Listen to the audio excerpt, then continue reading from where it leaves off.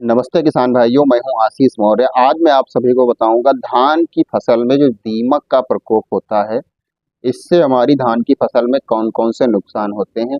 धान की फसल में अगर लगा हुआ है दीमक तो हम क्या डालें जिससे हमारी धान में दीमक जो लगी हुई है, जो हमारी धान के पौधे को नुकसान पहुंचाती है, वह कैसे रोकी जा सके। किसान भाइयों, अगर दीमक का हम जो प्रकोप धान में लगा हुआ है उसको समय से उसका इलाज नहीं करते हैं, ट्रीटमेंट नहीं करते हैं, जो दीमक है उसको नष्ट करने का अगर समय से हम उपयोग नहीं करते हैं, दवाइयों का प्रयोग नहीं करेंगे, तो उस कंडीशन में हमारी धान में क्या प्रभाव पड़ सकते हैं। तो इन सभी चीज़ों को लेकर इस वीडियो में बहुत ही महत्वपूर्ण आप सभी को जानकारी दूंगा। किसान भाइयों, आप सभी लोग लगातार मेरे यूट्यूब चैनल पर बने रहें। आप सभी लोग आशीष मौर्य ऑफिशियल यूट्यूब चैनल को अगर अभी तक सब्सक्राइब नहीं किया है तो कृपया सब्सक्राइब कर लें। बेल आइकन का बटन जरूर दबा लें ताकि जो भी मैं अगली वीडियो आप सभी के लिए अपलोड करूं यूट्यूब चैनल पे, उसकी नोटिफिकेशन आप सभी तक पहुंच सके। तो किसान भाइयों, आज मैं बताऊंगा, जैसा कि मैंने पहले ही बता दिया, धान की फसल में अगर लगी हुई है दीमक, तो दीमक को नष्ट करने के लिए सबसे पहले हमें क्या करना होगा। किसान भाइयों, सबसे पहले हमें अपनी धान की फसल में पानी देना होगा। इसके बाद में हमें दीमक को नष्ट करने के लिए देना है पिप्रोनिल 0.3% GR। जी हाँ, पिप्रोनिल 0.3% GR। अगर आप फार्मूले से नहीं समझ पा रहे हैं तो आपको मैं बता रहा हूँ, मार्केट में आप जाइएगा, बायर कंपनी का रीजेंट आप सभी लोग ले लेना। इसको 1 किलो प्रति बीघा यानी कि 5 किलो प्रति एकड़ की दर से अगर बायर कंपनी का रीजेंट आप सभी लोग डाल देंगे तो आपकी धान की फसल में जो लगा हुआ है दीमक, वह दीमक नष्ट हो जाएगा।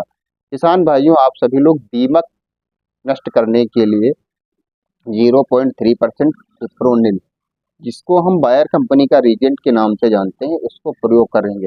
साथ ही साथ एक चीज मैं इस वीडियो में बहुत ही महत्वपूर्ण आप सभी को बताऊंगा। किसान भाइयों, अगर आपकी धान की फसल में दीमक की मात्रा बहुत अधिक है और धान आपका लगभग 50% से ज्यादा प्रभावित कर चुकी है दीमक, तो आप सभी को डालना है पिप्रोनिल 0.6% GR।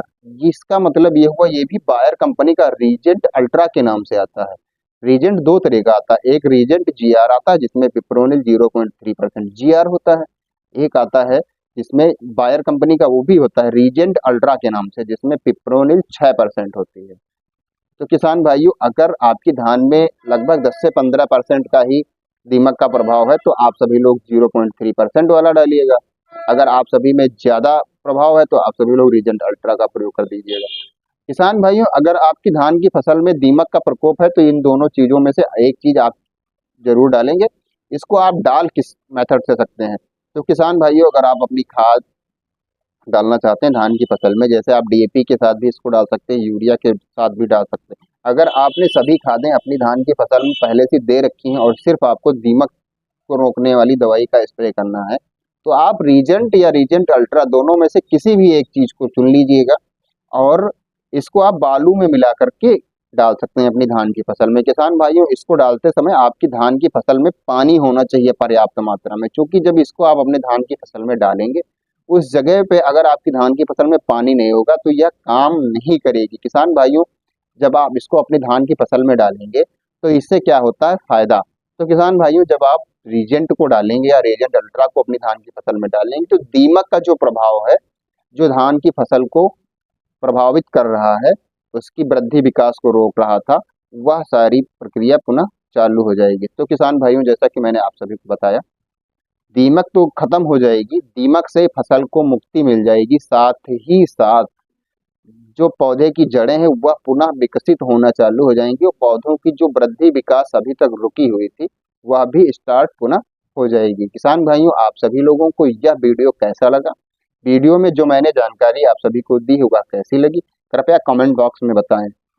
एक बार मैं पुनः आप सभी से कहता हूं, मेरे यूट्यूब चैनल आशीष मौर्य ऑफिशियल को अभी तक अगर आपने सब्सक्राइब नहीं किया है तो कृपया सब्सक्राइब कर लें। किसान भाइयों, आपके पास अगर दीमक का जो प्रभाव होता है धान की फसल में, इससे संबंधित अगर कोई विशेष जानकारी हो आपके पास तो कृपया हमें भी कमेंट बॉक्स में सूचित करें ताकि मैं भी उस जानकारी से अवगत हो सकूं।